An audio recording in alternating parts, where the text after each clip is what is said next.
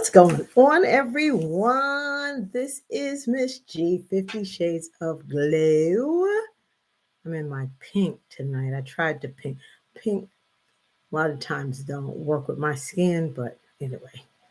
Hope everyone is well tonight.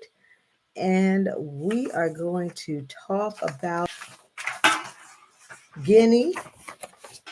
Hello, hello. Hello, Mr. Caden. You be on it. My crew, the king of my crew. Uh, hello, Facebook. Hello, YouTube. What's going out? What's going on today out in these streets? Today is Monday, the start of the week.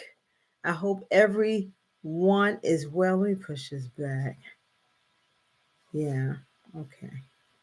Yeah, so today we are talking about Guinea.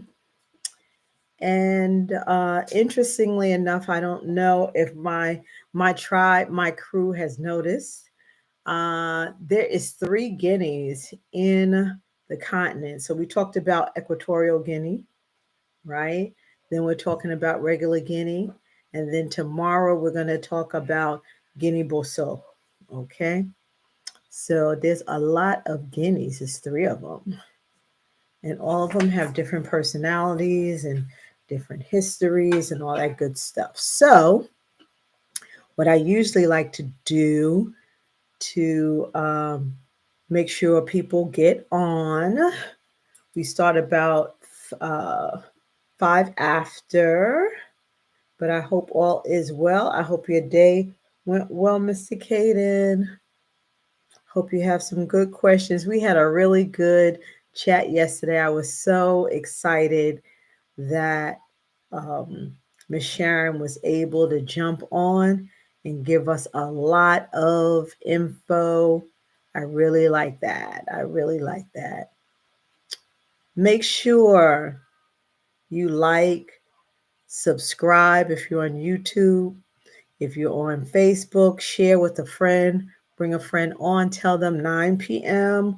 sharp every night. We are on day 21. So if my math serves me right, we have 33 days. 33 days left. 33 days. So that's going to run. Can you believe that'll be Thanksgiving? Isn't that crazy? That'll be close to Thanksgiving. Yes.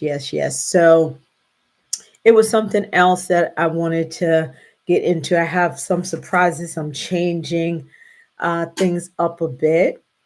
And I want to tell y'all that I am planning to do a contest and a giveaway. Yeah, so I'll tell y'all about that later, right before we end.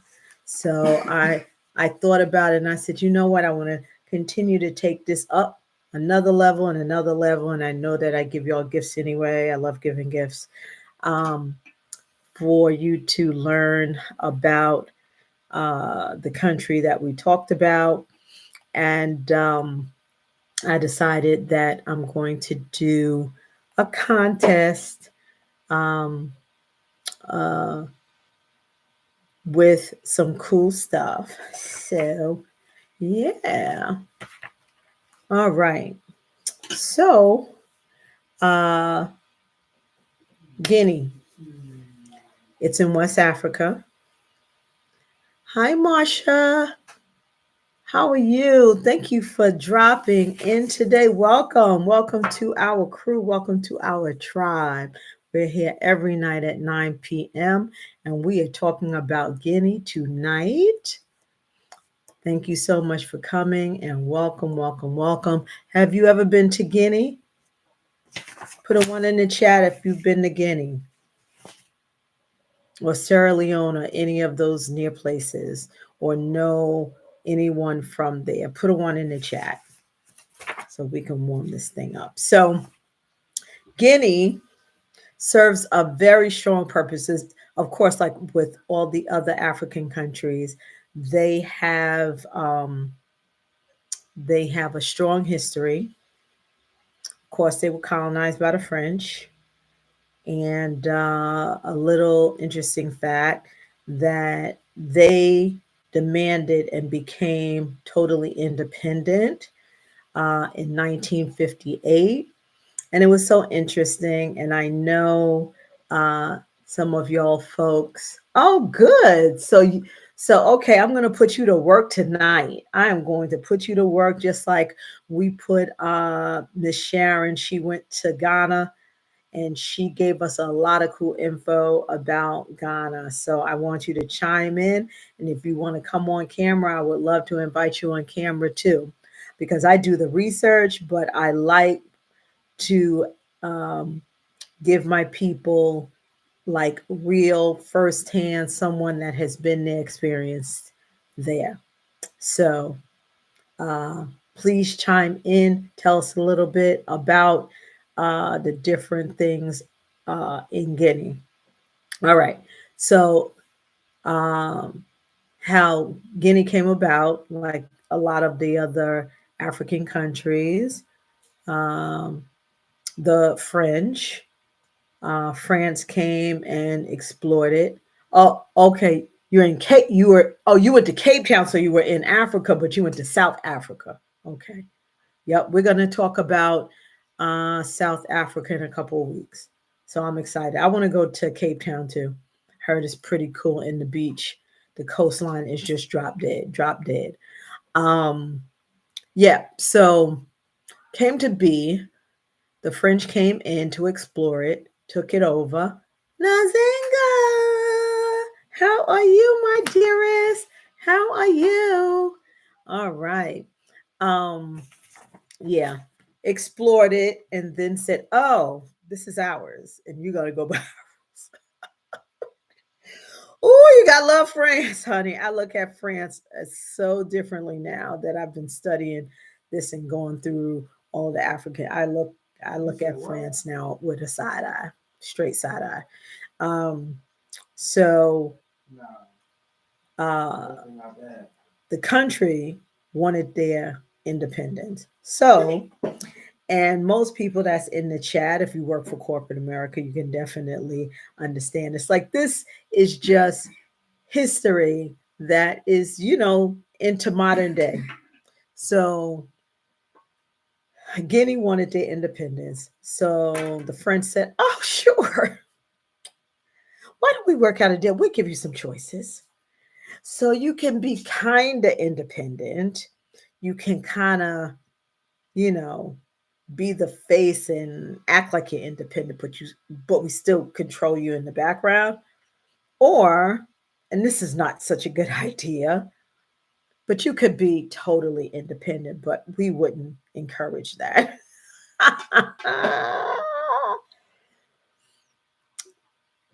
Us Africans, we just don't play. We said, no. How you giving us choices on our land? Okay. So Guinea decided, no, no, we don't want the French in any of our stuff. We want to be totally independent. So the French had the nerve to get mad and say, "Oh, really? How dare y'all? After we come take over your country,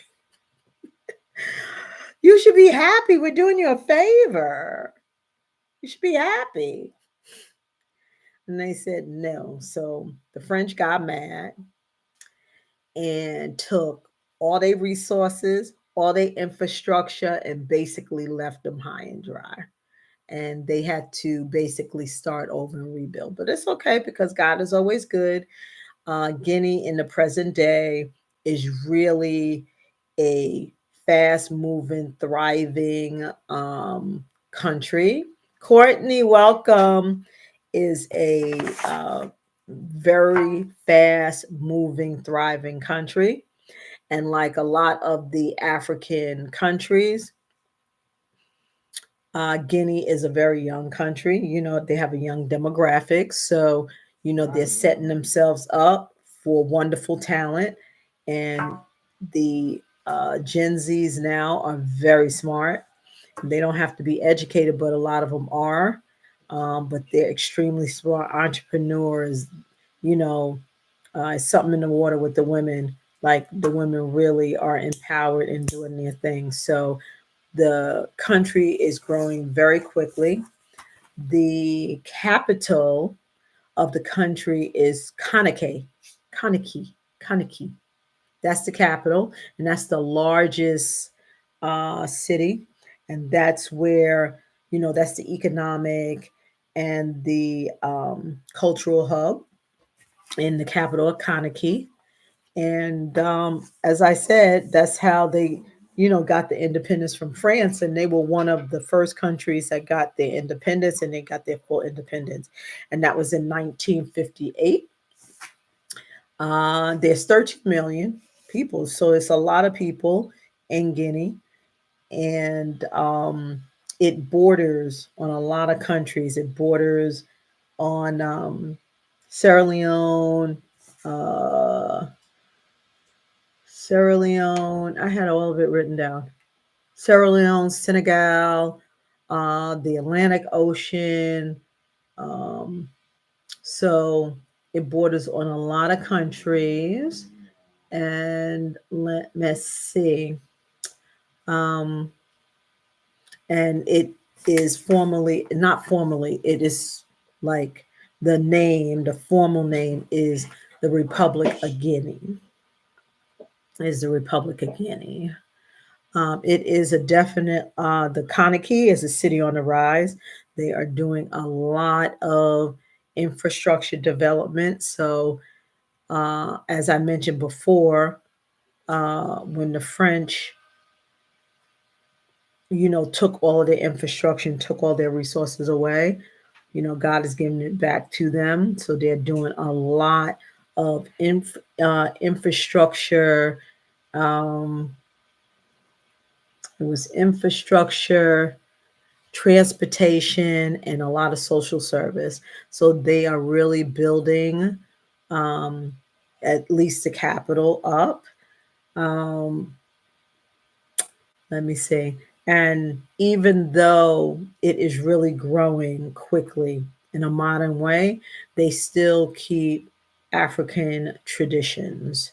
A lot of African, family, the food, the people are fun and friendly. They don't seem to have too much drama because the Kanaki in Guinea it's just pretty much a chill area. It's city, but it's not like city like a Nairobi or a Lagos, with so much going on. It's almost gives you the feel of a town more than a city.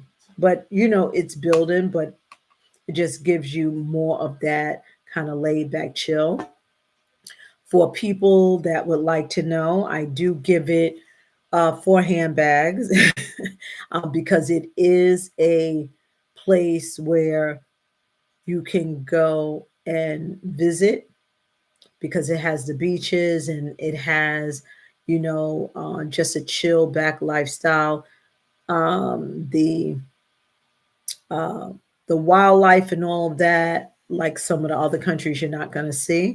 But it's just a nice, almost it kind of reminds me of if people like live in South Carolina and like Pawleys Island and something like that, just chill, not too much, but just chill.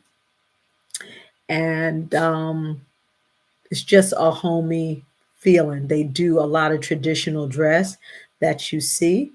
And when I was studying, um, when I was researching and I saw the women and the men and just the whole culture, it reminded me of because I used to be married to a guy from Sierra Leone, and the people, like their mannerisms and their look, um, they look very like they look like they can be from Sierra Leone. And a lot of times they cross over because when Sierra Leone was having their civil war, a lot of people had to flee to Guinea.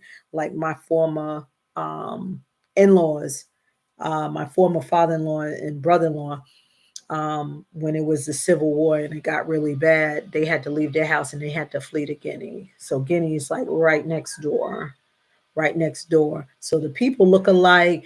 They have the same vibe of like a personality. They're very chill, very nice, very fun people.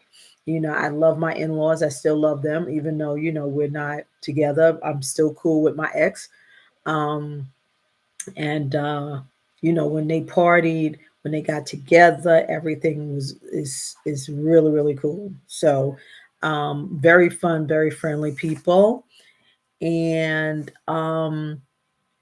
the just a little bit of the challenges, even if in its growth, it has a little bit, but they are improving. And it's probably because the Gen Zs are like in Kenya, in Nairobi, we're not having it. So, it was a lot of political instability, and that was probably rolling over also from Sierra Leone, but it's getting better. And then the distribution of wealth was really off, and that is improving. So that's good. That's why I give it 3.5, 4 handbags if to travel to, and then possibly if you wanted to move there. The homes are modestly priced. You can get a brand new home there, newly built in Kanaki for starting at like 50,000 to $100,000, and it's brand new. Minimum like 3 bedrooms to 5 bedrooms. A 1 bedroom in Kanaki, if you want to live in the city, is it's like 500 and up. But if you want to live on the outskirts, it's 400 and under. So, it's very reasonable. And, to tap into that, because someone did ask me, well, yeah, I think it was Caden. Well, what job would you get going if you decided to be an expat? And you got to come with a job. Just like I used to tell people coming to Atlanta, I got to laugh at myself. Coming to Atlanta, you need a job and a man, okay? Because it's going to be hard to find either if you come to the ATL. And I said that like, 30 years ago, okay? People wanted to move, and I said, two things you better have because you're not going to find.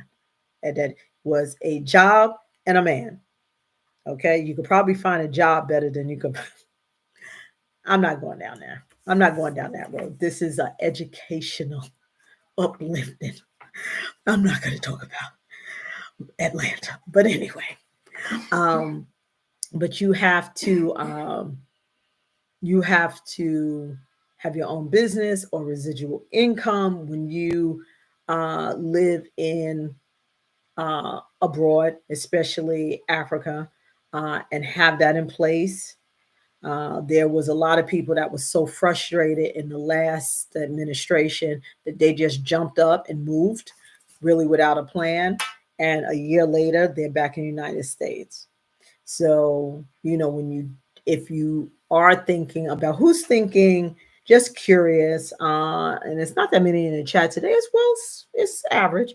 Um, who is thinking in long term, not next year, this year, could be next year, this year, 10 years. Who is thinking about moving abroad? And it doesn't even have to be Africa. Put a one in the chat. If y'all are thinking about retiring abroad, moving abroad for a couple years, and it doesn't have to be Africa, it could be anywhere. I know a couple of places that are popular. Mexico's popular from what I hear. A lot of people are going to Portugal, Lisbon. Um, a lot of people that are, like their parents are like from Panama or whatever, they're going back home too. That's what they were talking. So this was, like last year when it was, uh, our political situation was looking very, very bleak. So now folks have kind of calmed down on, I got to get out of here. But okay, cool. So yeah, yeah, no, it's good. And even even if you go for a few years, um, because and just try it out. Most of us are around the same age except Caden. Um, and we're retiring, we're chilling, and we may start getting Social Security or pension, whatever we do. And as long as you have residual income, uh, you're good. But the cost of living is, you know, s- so low, you would really save money. You can go um, and live there. If you have, I remember one of my friends that actually told me about East Africa. And he told me if you had $2,000, look at my video on, you know, you can retire uh, abroad for $24,000 a year.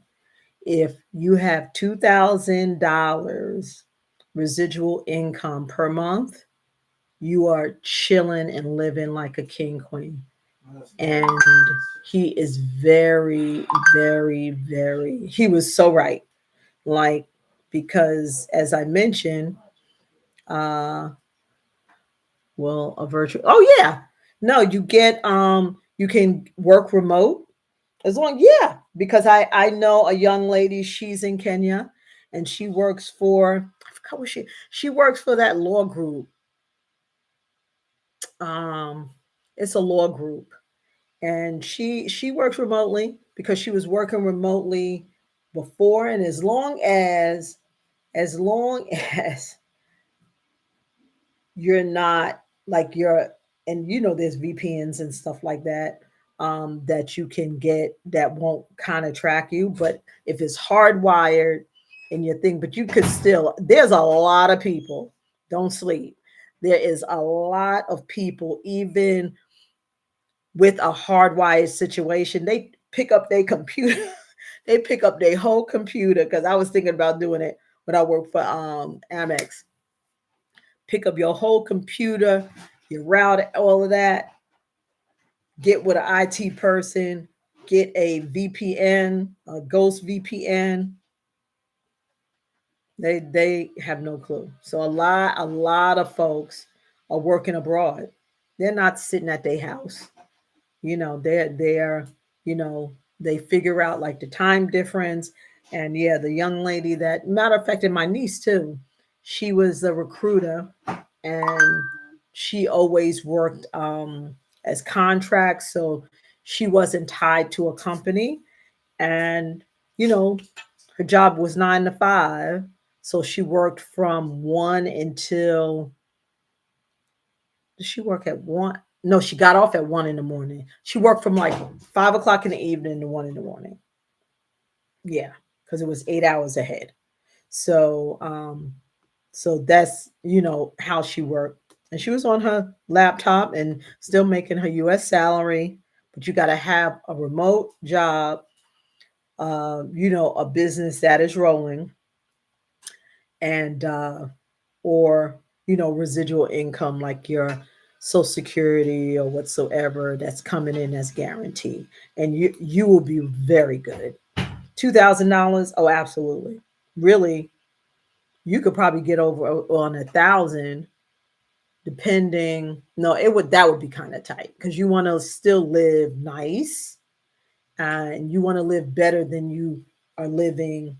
You don't want to go to a place and like downsize. So your $2,000, you can live on $2,000 and chill, like chill. You can have a cook, have of course you have a maid, a grounds person, and stay in a nice place that has a pool, everything like that, and all in your living expenses maybe $900 a month. And that's with food, entertainment, going out, just chilling. Not no $5,000. When I add up how much my living expenses are, and I don't even go out. I don't do brunches, and I live in Atlanta where it's things to do everywhere and the best brunch place in it. I can't afford it. I can't do it. Like I can't do it. Hey Q, welcome, welcome. Yeah, I can't afford all of that. But there, if you hit 1,000, you're doing a lot because your rent could be as low as like $200-300 a month. If it's just you and you have like a 1 or 2 bedroom, it could be as low as $200 or $300 a month. So here in Guinea, actually, there uh, as I mentioned, their 1 bedrooms are, if you want to live in the city, in the middle of the city, it's 500 and up. And if you are like outlier or whatever, it's 400 and under. Um, Houses are 50,000 brand new built. So the cost of living is a little bit more than half, about 53% of what it is in the United States. Yes, yes, yes. Let me ask. Are there a lot 1 room accommodation or 1 bedroom single? Yeah, yeah, yeah, yeah. So 1 bedroom, like I just mentioned, if you want to live in the city, in the middle of town, in a nice area, your rent is about $550 a month for 1 bedroom. And that's in like the middle of town, like in the it spot. If you want to live like, out where the regular folk live, it may be, it's probably as low as $200, certain places, but you don't want to live like that. So like about 350 for 1 bedroom. You could probably get a 2 bedroom for that too. I've seen places 2 bedrooms for like 350. Yeah, 350. And they're decent. They're pretty nice.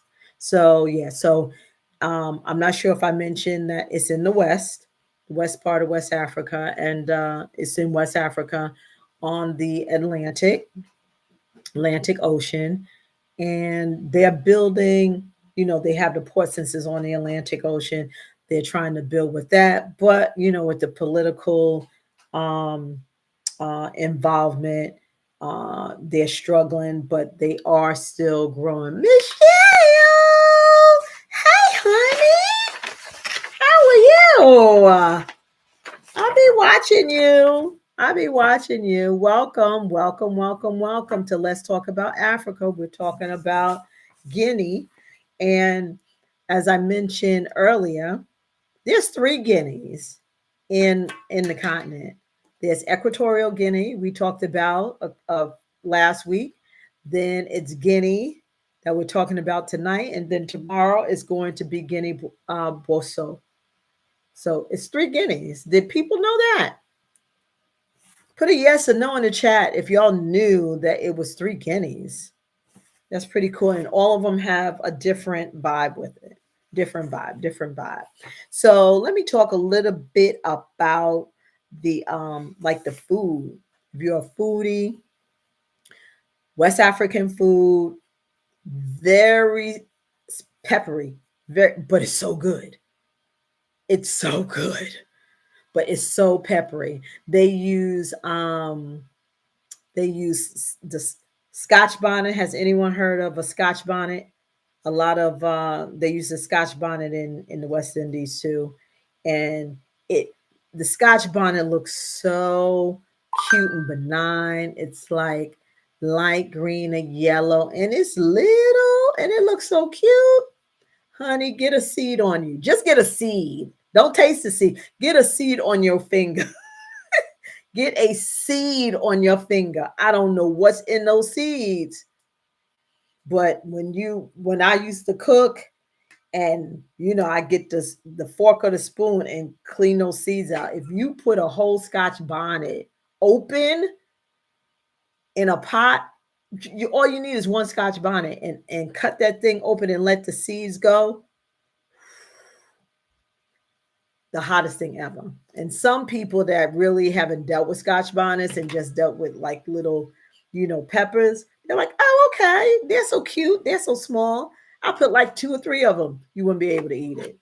You wouldn't be able to eat whatever you ate. Because talking about fire hot, like fire, like your eyes water. So the little cute Scotch bonnets, just beware. Those things bring a punch. So they have their local food. It's called magani, magani, magani, and it's like a stew. Okay, it's a stew.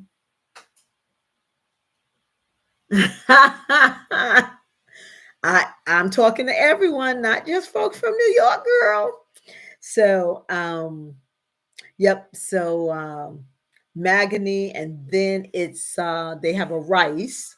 Now, in some parts of West Africa, they have the jollof rice that I know a lot of people have heard of. That's big, with Nigeria.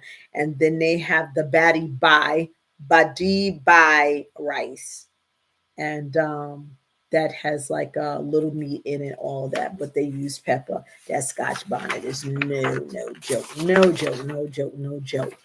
Um, for fun, as I said, it's not like it. They have tourism, but it's not like big hotel tourism. It's a place, that reminds you kind of like the coast, um, um, here in the United States, like Myrtle Beach, like that vibe. That's what they have, like a Myrtle Beach vibe. Route 17, if people go up and down the coast over there in South Carolina, that type of vibe. But they do have fun things to do.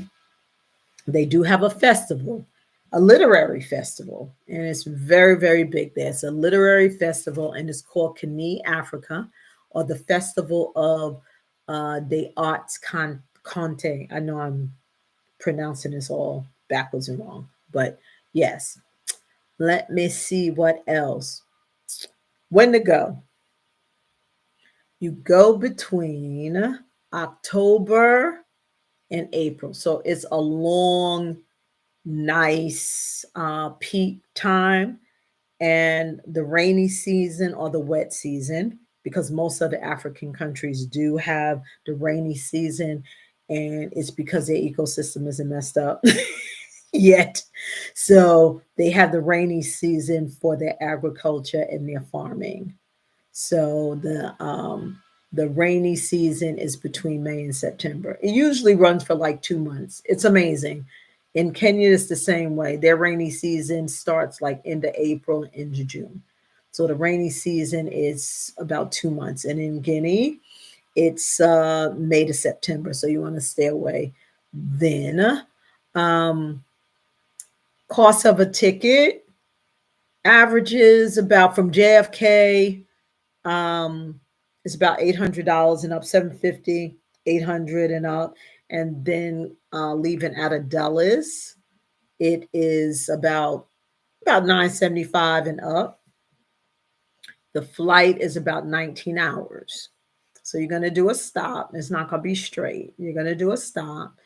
And just like a little side note with the travel tips, um, when you're doing, long flights, transatlantic flights, yeah, it's going to be long, and people go into a panic. They're like, oh my God, I'm going to be sitting somewhere for 20 hours.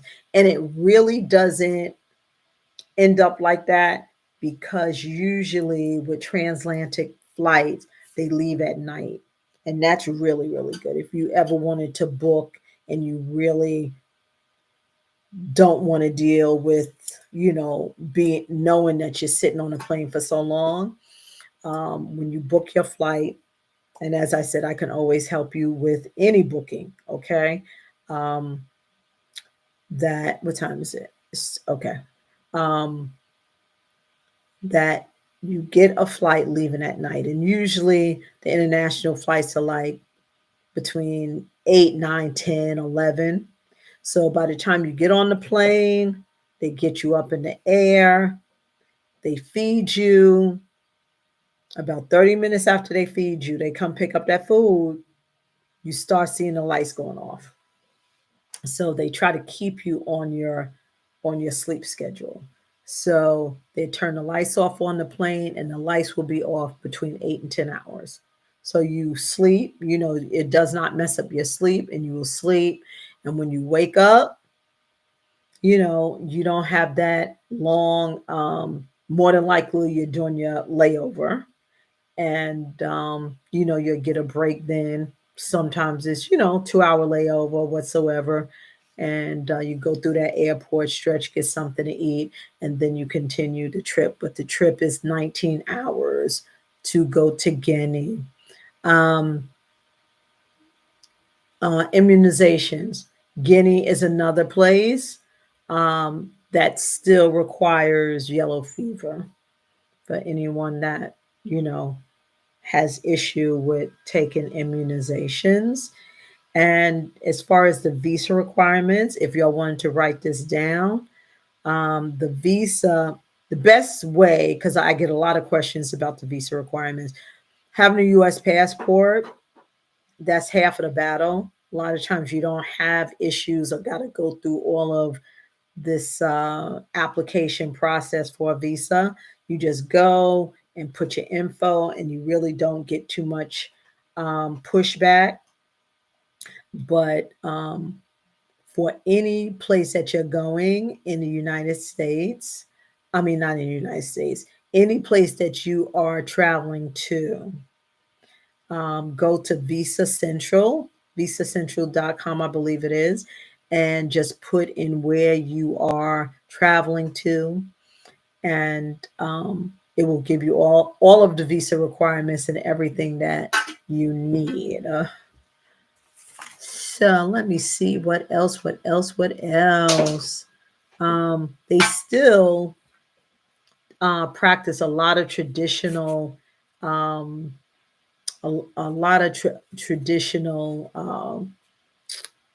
practices, like the farmers, before the harvest of the rainy season. They do a custom that keeps away evil and all of that. So they still have a lot of indigenous traditions that they practice. That is pretty cool. Um, but that's about it. And for the new folks, just wanted to, formally introduce myself. My name is Gloria Miss G, 50 Shades of Glow. But I am representing tonight Glampluxetravels Travels and Experiences, and it is Africa Only Travel. Hey, Lori, I got my Lakeview crew up in here. Um, I I book uh, Africa Only Travel. I can curate and put I like to specialize in solo travel because a lot of people feel uncomfortable with solo travel. I'm a solo traveler. I love solo traveling. It's very freeing. You're moving at your own pace and all that. And I specialize in travel for 55 and up. Uh, that, oh, I don't want to go. Oh, I'm not sure. I got you. So, if anyone would love to, I would love to talk to anyone if they have any questions. My consultations definitely complimentary. We can chat about what your needs are. We are here to serve you. I've been in the travel and event space for about 20 years, worked for a big company. And just a little bit of my story was I worked for this large company that did travel. And I was with their platinum and centurion clients. And I wanted to be their destination representative for Africa because I saw it was kind of not represented on the website. So when they asked for feedback, I said, hey, I travel. I would love to be, learn more about Africa and be your representative when your clients call for trips. So they shared with me that, oh, that's nice, but no one travels to Africa. Our data shows that no one travels to Africa. I said, oh, okay. That's what we're doing. Okay. So I decided to, um, I love to travel, and I decided to, you know, specifically dedicate my travel booking and to the continent of Africa. So we are all learning at the same time. I'm loving it, and Africa is the motherland, originator of everything. Um, the resources are mind blowing. I think here, where's their resources? Do they have their resources? Could have swore they had. Yes, they have gold. I forgot to add this. Just like a lot of other African countries, gold, diamonds, and bauxite. And bauxite, that's one of their main exports. Bauxite is one of the main, um, for lack of a better word, ingredients that go into like aluminum foil, aluminum products. Bauxite that comes out of Guinea. And we've, talked about other places where the what's in the lithium battery is in the mines of, I think it was Equatorial Guinea, and they have mines where they get, I forgot the name of that mineral, and it goes in every lithium battery. So when you're walking around with your cell phone, it's because of Africa, because what makes that cell phone work is what's in that lithium battery, and that is mined out of Africa. So it's kind of deep. Yes, yes, yes. So oh, I wanted to, this is new. So I am having a challenge, and since I have my crew, my tribe, my crew built up, this is what I'm going to do. So let me read this. All right. So I'm giving a giveaway. And as y'all know, my travel guide will be coming out for 2025 in the next few weeks. Um, and then I have a travel bundle package, and it's going to include the travel guide for Africa, then a travel guide on the best tips, trips, and all of that. Then you're going to have a travel planner and a budget planner all in a bundle and some other stuff. I will be giving that away at the end of I will be giving several of those away actually. So, um, anyone that has been on the live 10 times or more will go into a drawing to get the Africa only travel guide. Then if you've come to 20 or more lives, you are going to be put in the pot for the whole bundle package, and that's worth like $100 or something like that. So it's just something to give back. And as people that have come, the new people, welcome. What I do, I never leave y'all, just leave y'all hanging. So look in your messenger. In the next hour, I do share information on the country that we chatted about today. And so you can learn more if you're interested in that country. So tomorrow we will be talking about Guinea-Bissau, and we'll have fun with it. So does anybody have any questions before I leave, before we get off? I always try to keep it at 30 minutes, and here we go, 45 to 50 minutes. Anybody have any questions before we go? Miss Courtney and the newbies, Miss Michelle and Lori and Marie. Anybody have any questions before we go? I thank y'all so much for stopping by. Marcia, Miss Marcia. All right. Well, I thank y'all again. Please share this with some friends. And on my YouTube people, please like, subscribe. I need to get my subscribers up. So come on the YouTube side.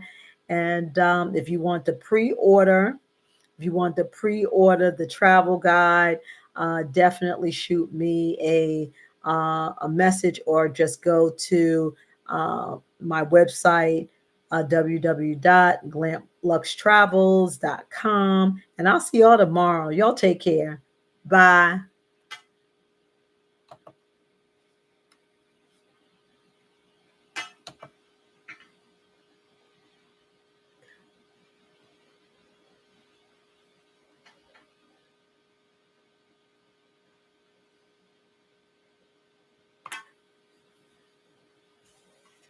What is this?